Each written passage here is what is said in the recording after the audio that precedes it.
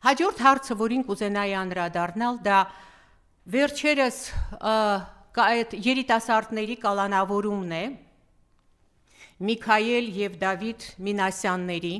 ինչ տեղի ունեցավ այն ժամանակ, մեզ այդ տեսանյութերից, որը որ տեսել ենք, մենք տեսնում ենք, որ երիտասարդը մեջտեղում այդ Աննա Սուրբ եկեղեցում կանգնած Նիկոլի թիկնապահին ասում է, որ չնայես ինձ այդպես մի նայի ինձ, ու ականատեսների վկայությամբ այդ թիկնապահը հարվածել է Դավիթին, Դավիթը վայր է ընկել, հետո բարձացել է եւ ուղակի ռեֆլեքսով, այսպես փոխադարձ ցանկացել է երևի փոխադարձ հարված հասցնել նույն իրեն խփող թիկնապահին։ Հիմա այսպես մեկնաբանում են, թե դա ուղված է եղել Նիկոլ Փաշինյանին, բայց ականատեսները վկայում են, որ դա Նիկոլ Փաշինյանին ուղված չի եղել։ Դավիթին մեղադրանք առաջադրվեց իբրև պետական պաշտոնյայի գործունեությանը խոչընդոտելու մեղադրանք ներկայացվեց։ Նախ,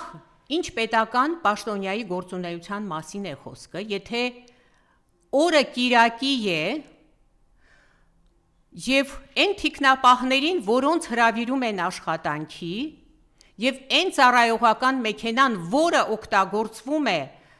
այդ օրերին, դա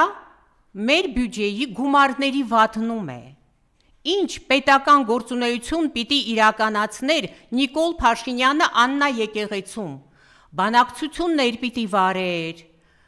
ինչ-որ խորհրդակցություն պիտի վարեր, ինչ-որ կարևորագույն հրամանագիր պիտի ստորագրեր, ինչ պիտի աներ, ինչին է խոչընդոտել այդ պատանին,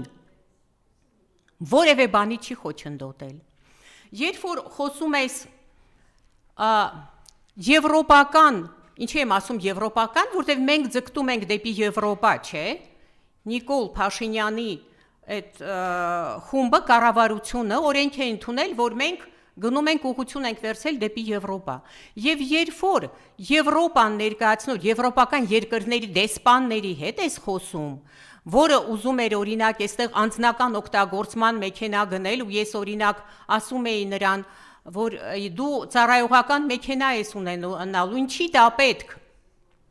մի հատ էլ անձնական մեքենա ունենաս, ասում էր, բա ես չէ որ չեմ կարող օգտագործել ծառայողական մեքենան, շաբաթ կիրակի օրերին չեմ կարող օգտագործել։ Հիմա բավական չէ Նիկոլը շաբաթ կիրակի օրերին այդքան պետական ռեսուրսներ է վատնում, մի հատ էլ ահաբեկության է ենթարկում այդ պատանիներին։ Ես ուղղակի հիշում եմ նաև երևի մոտ 10 տարի առաջ, գուցե տարին այդպես սխալվում եմ, բայց Իրաքի պատերազմի ժամանակ, երբ որ իրաքյան մի լրագրող կոշիկ նետեց դեպի Բուշը, չդիպչեց Բուշին, բայց ինչքան ներողամիտ գտնվեց Բուշը եւ այդպես հրահանգեց, որ ոչինչ չանեն այն երիտասարդ լրագրողին, որը իր ուղությամբ նետեց այդ կոշիկը։ Ես չգիտեմ, այդ մեծահոգությունը կունենա Նիկոլ Փաշինյանը, թե չէ, դատելով իր բաներից, այս վերջին բրիֆինգում ասում էր, որ